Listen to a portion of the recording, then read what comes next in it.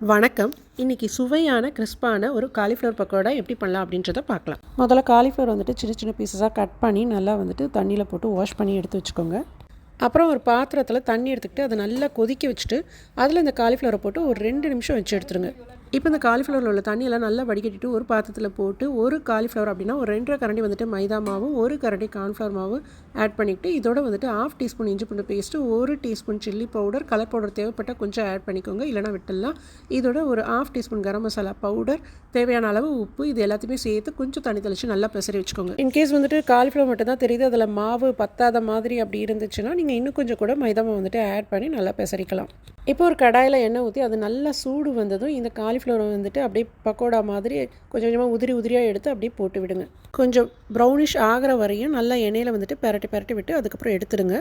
பாருங்கள், இப்போ சூப்பரான மொறு காலிஃப்ளவர் பக்கோடா ரெடி ஆகிடுச்சு.